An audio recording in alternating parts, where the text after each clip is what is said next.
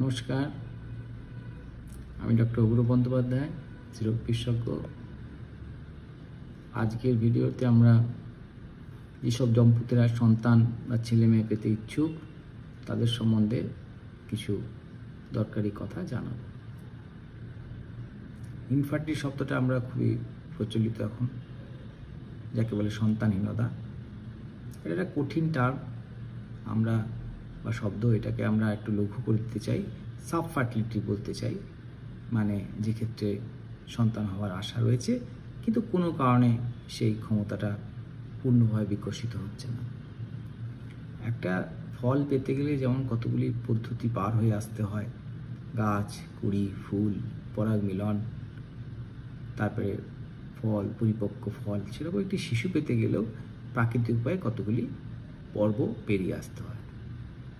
তাহলে বলতে পারি আমরা এই সন্তানহীনতার কারণ বা সাবফার্টিলিটির কারণ পুরুষ, নারী এবং উভয়ের কারণের জন্য হতে পারে। প্রথমে আমরা সোজা বা সহজ কারণগুলো নিয়ে আলোচনা করি এবং তার ব্যবস্থা করার চেষ্টা করি, মানে নন ইনভেসিভ, যাতে কোনো অপারেশন, ছুঁচ ফোটানো ইত্যাদি না হয়। প্রথমেই আসে স্বামীর বা পার্টনারের ধাতু পরীক্ষা। তাতে শুক্রাণুর সংখ্যা, তাদের কোয়ালিটি বা গুণগত মান এবং শুক্রাণুর নানা সব অভিব্যক্তিগুলি দেখা হয়। যেমন তারা কিরকম মোটাইল, তাদের হেডস বা মাথা, পুচ্ছ ইত্যাদি কেমন আছে, সেগুলি সব দেখা হয়। অনেক সময় শুক্রনালী ব্লক থাকে বা বন্ধ থাকে, তার কারণেও শুক্রহীনতা হতে পারে।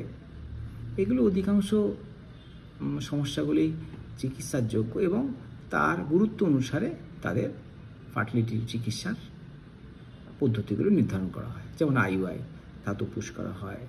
সে পুশ করবার আগে শুক্রাণুগুলিকে বেছে নেওয়া হয়, ভালো শুক্রাণুগুলিকে বেছে নেওয়া হয়।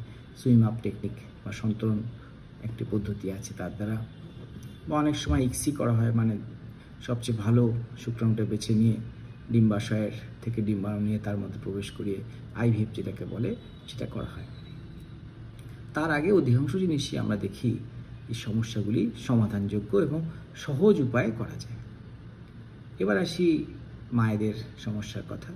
সেক্ষেত্রে জরায়ু মুখের সমস্যা, সার্ভাইকাল স্টেনোসিস, সার্ভাইকাল ইনকম্পিটেন্স আছে, বা ধরো যেক্ষেত্রে এন্ডোমেট্রিয়াম, জরায়ুর গোলমাল, বা বাইকর্ন টিউট্রাস, বা ভেতরে একটা বড়ো ফাইব্রয়েড আছে, সেগুলো কারণ হতে পারে। আরেকটা হতে পারে টিউবাল ব্লক, ফ্যালোপিয়ান টিউব তার ব্লক হতে পারে, তার জন্য হতে পারে।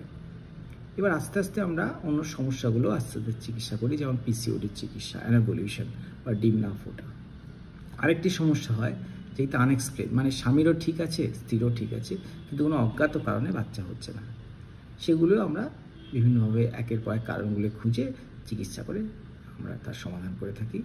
প্রথমেই বলি, আমরা সাইকোলজিক্যাল বা মানসিকভাবে আমাদের খুবভাবে এটাকে সহজ মনে করতে হবে, কারণ মানসিক চাপের মধ্যে পড়লে এমনিতেই কিন্তু আমাদের হরমোনের সমস্যা হয় এবং বাচ্চা আসতে দেরি হয়। নানাভাবে সেটা আমাদের উপর নেগেটিভ বা খারাপ প্রভাব ফেলে। আপনাদের মা বোনেদের এবং স্বামীদের আপনার কাছে অনুরোধ, এই সমস্যাটিকে গুরুত্বের সঙ্গে বিচার করুন, আমাদের কাছে আসুন এবং আমরা আপনাকে সঠিক পথ দেখাবো। আজ এই পর্যন্ত। আমি অগ্রু বন্দ্যোপাধ্যায় আপনাদের কাছ থেকে আজকে আবার বিদায় নিচ্ছি। নমস্কার।